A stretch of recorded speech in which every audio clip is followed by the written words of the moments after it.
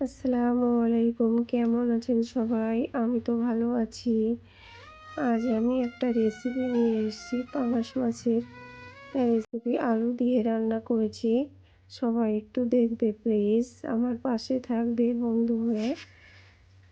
আজ আমি প্রথমে কড়াইতে সর্ষের তেল দিয়েছি। আর সর্ষের তেলটা আমরা দিয়ে রান্না করি, সাদা তেল দিই না। তো অল্প করে আমি তেল দিয়েছি।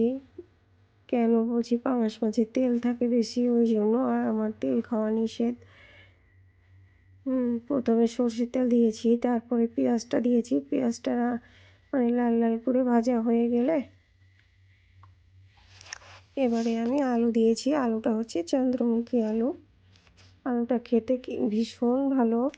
তারপরে আমি একটু নাড়িয়ে চাড়িয়ে নিয়ে লবণ দেবো 1 চামচ।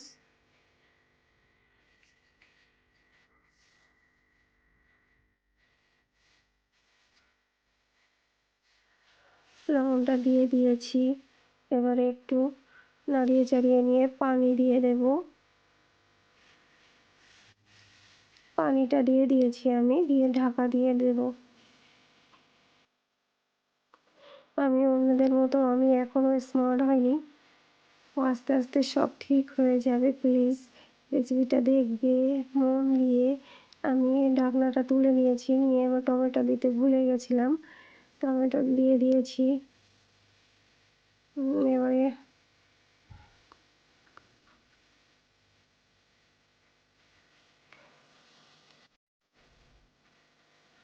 আদা দেবো 1 চামচ, কেননা মাছটা একটু গন্ধ টাইপের আমার গন্ধ লাগে। পাঙাশ মাছ খুব একটা আমি খেতে ভালোবাসি না। হলুদ দিয়েছি 1 চামচ, গুঁড়ো লঙ্কা দিয়েছি 1 চামচ। তারপরে ভালো করে কষিয়ে নেব। আমি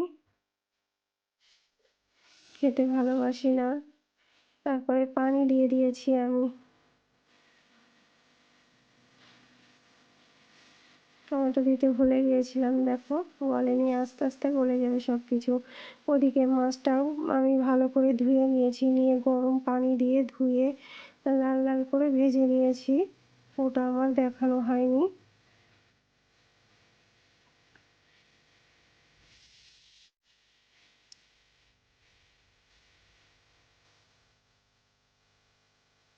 মাছটা অনেক বড় ছিল, কিন্তু আমার তেলওয়ালা মাছ খাওয়া যাবে না, বুঝতে পেরেছেন তো।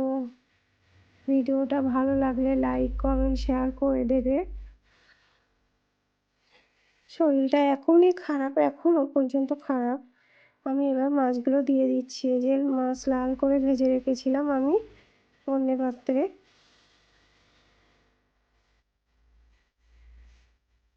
মাছগুলো দিয়ে দিয়েছি আমি।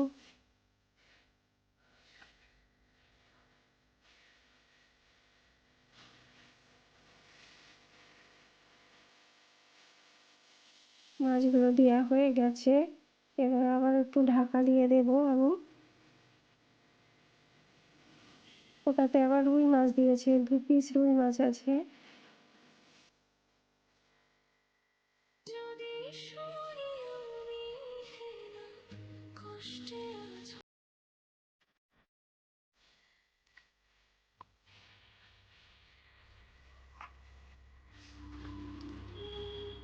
আমার আর রেসিপিটা হয়ে গেছে। কী বলেছি জানি না, শরীরটা ভীষণ খারাপ, মানে এখনও খারাপ আছে। আলু দিয়ে রান্না করেছি, অনেকে সবজি দিয়ে রান্না করে, অনেক রকম সবজি দিয়ে রান্না করে। আমি আলু দিয়ে করেছি। এইভাবে রান্না করে খেয়ে দেখবেন, খুবই ভালো লাগবে। আর আমার রেসিপিটা ভালো লাগলে লাইক কমেন্ট শেয়ার করবে, বন্ধু হয়ে পাশে থাকবে। আমি তারপরে দিয়েছি ধনেপাতা দিয়ে দিয়েছি, জিরা গুঁড়ো দিয়েছি 1 চামচ, আর গরম মশলা দিয়েছি 1 চামচ। আমার হয়ে গেছে রান্নাটা। এবারে নামিয়ে নেব। অন্য একটা পাত্রে আমি তুলব।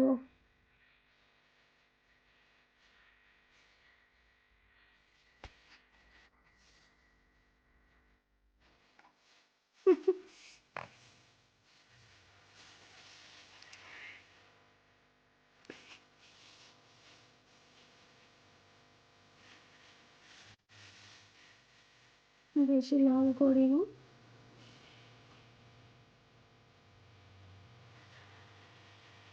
ঢাকনাটা খাওয়া হয়ে গেছে, ঢাকনাটা তুলে নিয়ে এবার অন্য পাত্রে নামিয়ে নেব।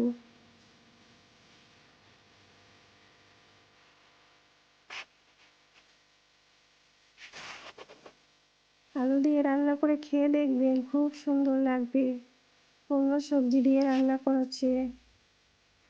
ঢাকনাটা তুলে ফেলবো, ফেলে এবারে আমি অন্য পাত্রে নামিয়ে নিয়েছি।